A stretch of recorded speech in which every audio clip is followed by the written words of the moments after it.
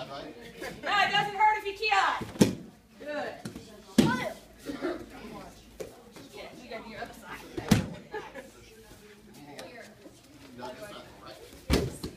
Oh, I didn't see it. I'm not seeing how long you're going to stand on one arm. I'm going to check your plank. She has got a good plank. So he's going to put his choke on. I'm going to grab hold and be tucked in. I'm going to bend my knees. So when I say squat, that's a knee thing, not a back thing. I bend my knees, not my back. What do I bend? Knees. I'm going to bend my knees, and then I'm going to bump him with my booty. All right? I'm going to use what I got, what God gave me. I'm going to squat, bump. All right? It's going to be hard for him to continue to hold on if he's being thrown. Okay?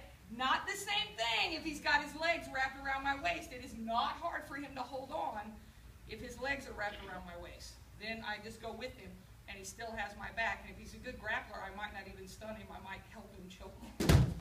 I just drop my head into his jaw. Okay? And I'm pulling it a little, but you can feel, right? Okay?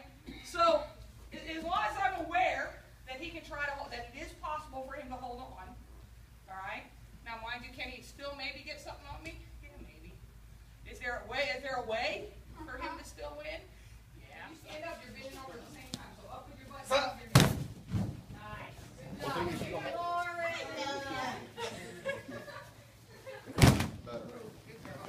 Nice. Good job. Last one. Got time, but I can't break his balance. Maybe if I try to squat down, he moves a little, and I end up over here. Now he's got me in a headlock, so, likely in a minute he's going to start thinking to punch me.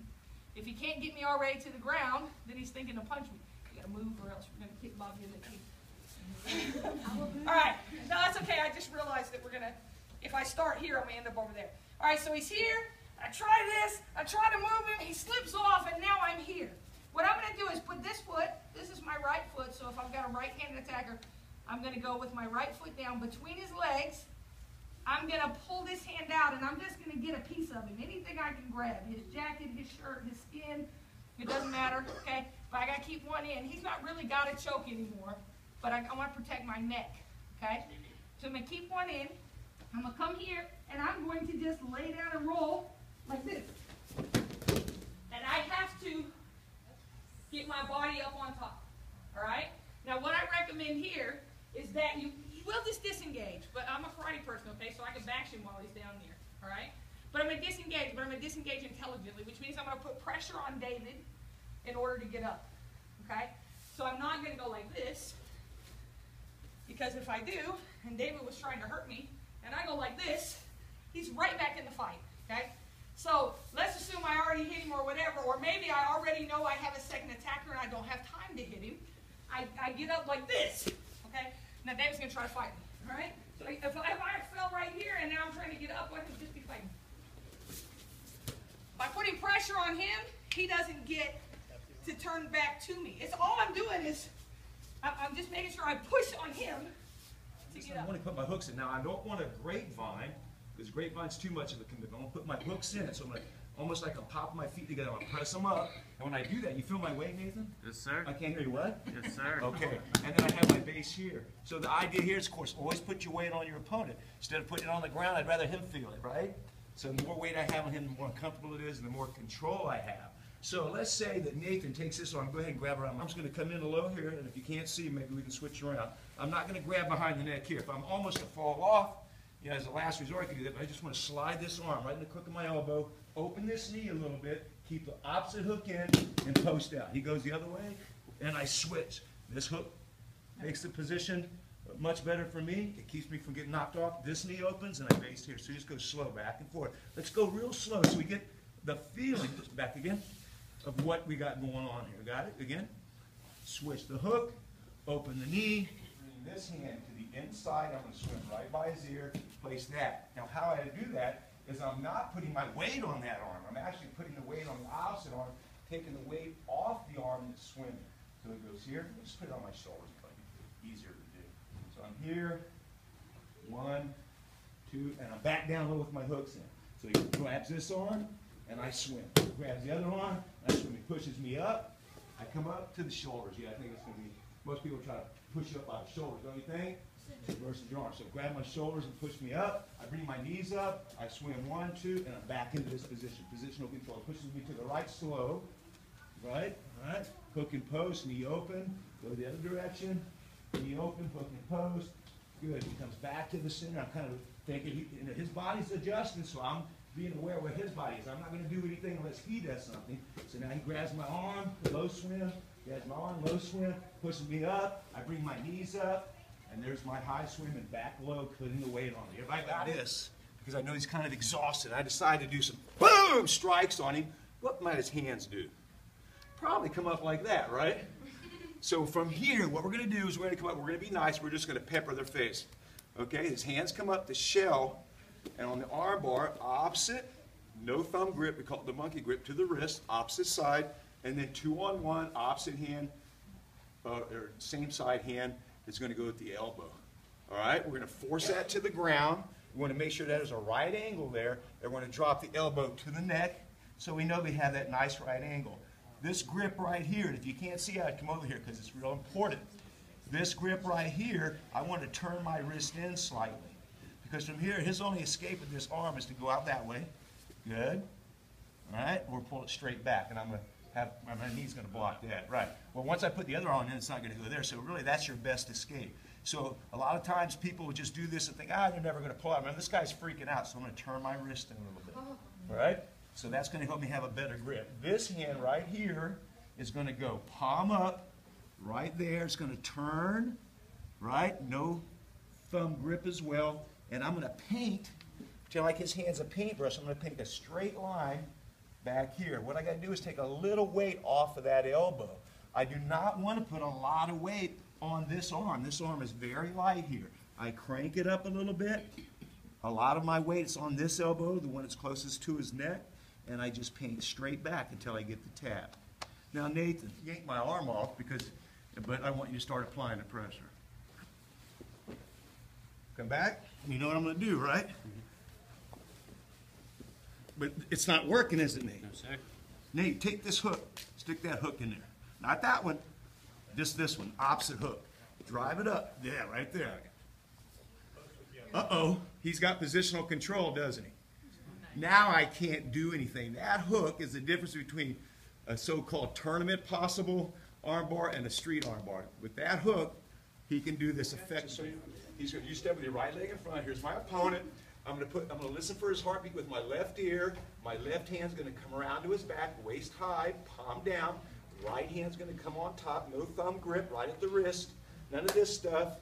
Right at the wrist. I'm in close. My feet are straddling his right leg, and I'm here, and he's just going to go nice and slow, push me around, push on my shoulders, and I'm going to maintain my base. Okay? Go to work. I'm going to go from this position. He's going to check my base, and I'm going to do what I call a little setup step with this right leg. It's going to set up right here. Just get in a little closer.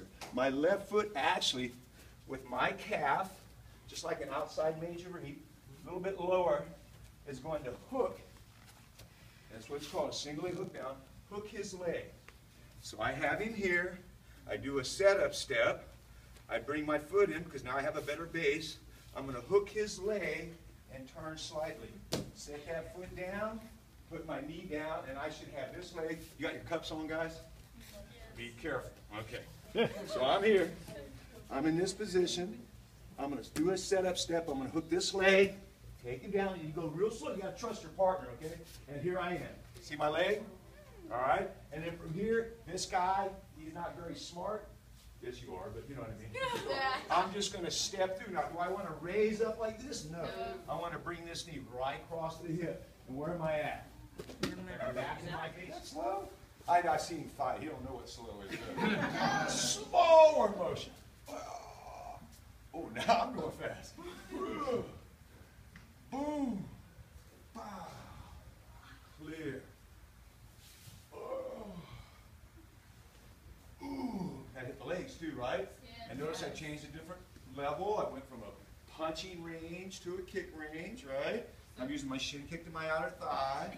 Boom. And then I'm going to elbow strike him right in the carotid. Now, turn this way, Nate. If you don't remember that last part, you can do it just from the cupping hand. I'll show you in just a minute. This hand's going to come in. What am I in now? I'm in the clinch, right?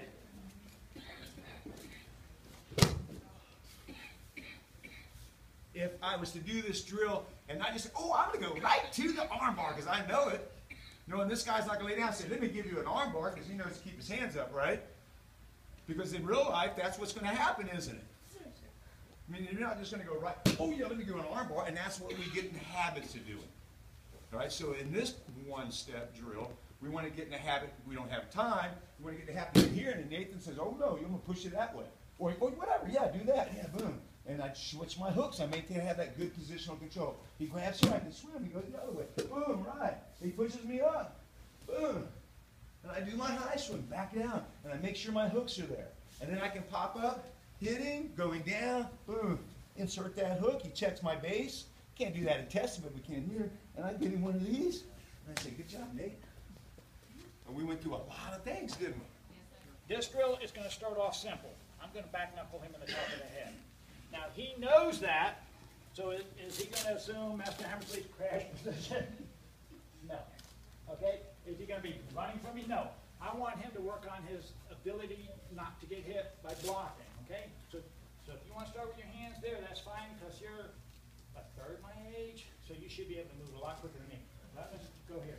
Now, you're not running. We're not jumping off the track. You're just blocking. I'm going to back up you to the top of the head. Are you ready? Okay?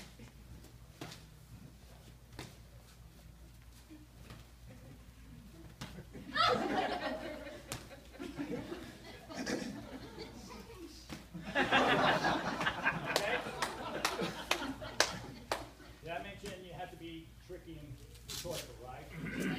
He's way quicker than I am, right?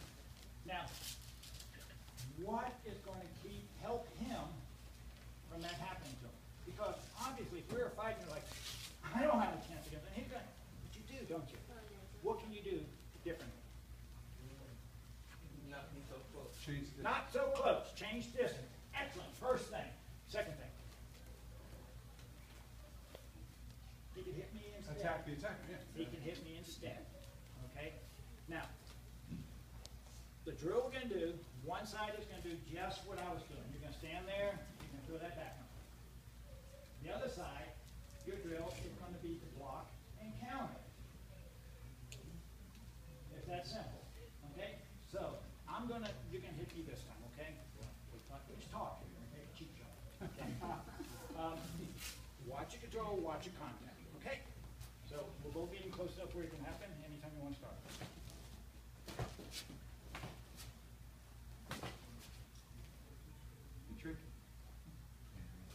There you go, you got me.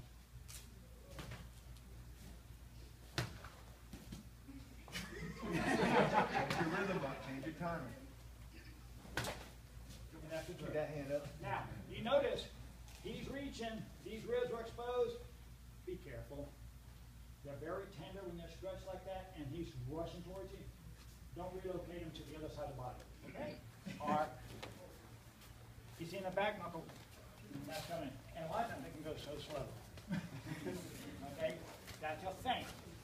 A fake. A feint is when you just draw an action. See that?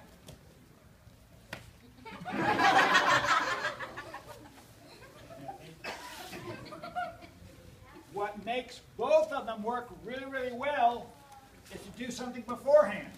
I promise you, if I do that, he'll pay more attention to me with my leg. But if I just come up there and try to score, I'm going to eat an elbow.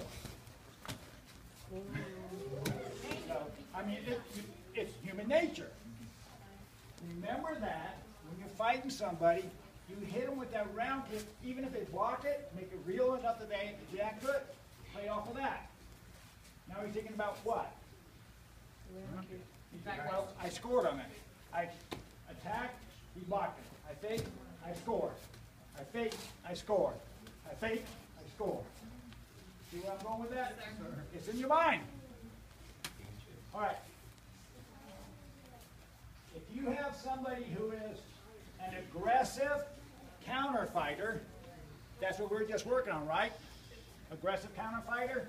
When he throws that back knuckle, I'm coming right away. Do you want to fake or do you want to feint? Fake. Oh, I've got two answers.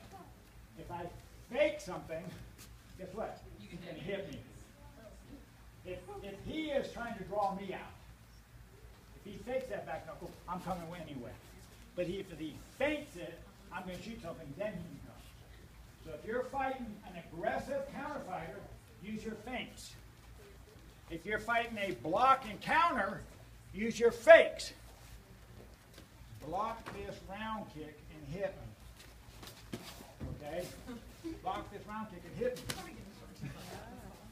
I faked the round kick and went with something else. Everybody see that? That's a big difference. All right? So now we're going to apply those together. We did an aggressive counter fighter. Boom, boom. Now we're going to do that railroad track drill combined with block and counter. Now, Master Hammersley.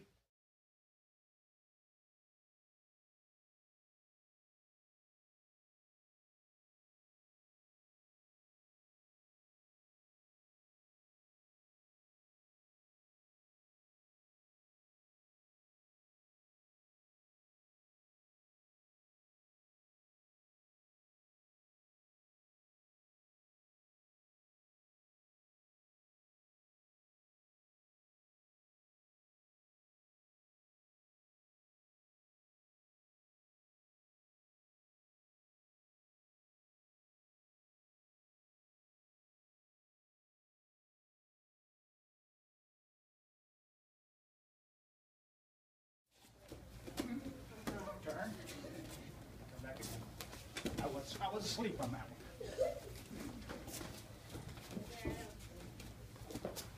He's too tall. Okay. So, but what weapon is he using? Feet. He's using feet. How do you beat a kicker? What are we doing? We're using our hands. Okay? So you got to remember that. I'm not going to outkick this guy. Not today. Not never. Okay? However, I can get inside and use my hands. Now, if he was coming with hands, what's a good thing for me to use? Side kick. Or any kick, actually. All right? And this is where I might not demonstrate that good. So he's there coming at me with the hand. Okay? Now, this is what I'm actually doing.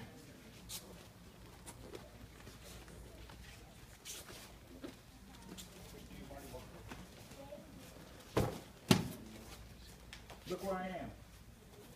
I am jumping up in the air and pushing myself away from it. I'm giving him my back, which 99% of tournaments, illegal area. Okay? I'm landing, maybe out of bounds, but I didn't run out of bounds, I fought out of bounds. I'm using this again. Okay? Now, side kick, back kick, I call it ugly kick. Okay, exactly. Right there, boom. I'm just turning enough, chambered, tucking like a back kick, executing like a back kick on the way out the door, right? What does that mean? That means I'm using my front leg to build a wall in my front hand. I see this too often. Hand coming down. I want to keep this hand here, and I want to raise my knee. Now,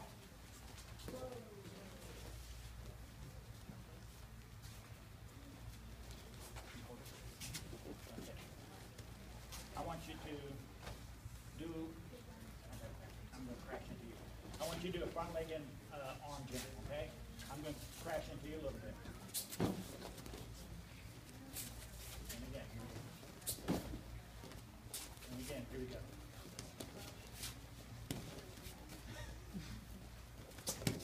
There you go. See what he did different than last time? You see him come forward that time, didn't you? I'm not seeing that on the test, I'm seeing this instead of that. It takes the feeling of a little impact to make you understand, oh, I'm going backwards with that. I'm going backwards with that. So a good drill is partner here, you come in, you crash him, back knuckle punch. Back knuckle punch. Crash, back knuckle punch. But we're not going to take that time. All right? When you are stepping, when you are fighting, don't get hit. Okay? One of the best ways of not getting hit is not telegraphing, and a lot of those drills we're working today helps you with your telegraph. The other is something I've been yelling about. Guard. Okay? How many on testing, maybe once or twice, because everyone was perfect, right? Kicking like this. Watch my guard. Or even, okay? Is that safe? Is that good? No. What I like to think of, I'm coming at Jessica. She's attacked, she has lethal weapons. So I'm gonna hide behind this. The big old thing. I'm gonna hide behind this. But I want to change feet. I'm moving backwards, I'm changing feet. I'm not doing this.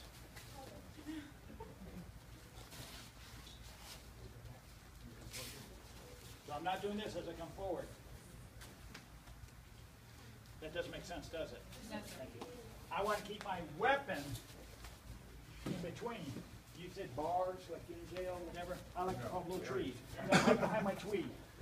I'm going to hide behind my tree. And when I go forward, I'm going to put my tree in front, and then I'm going to come behind it. I'm putting my tree in front. And look at this coming at you. Look at this coming at you.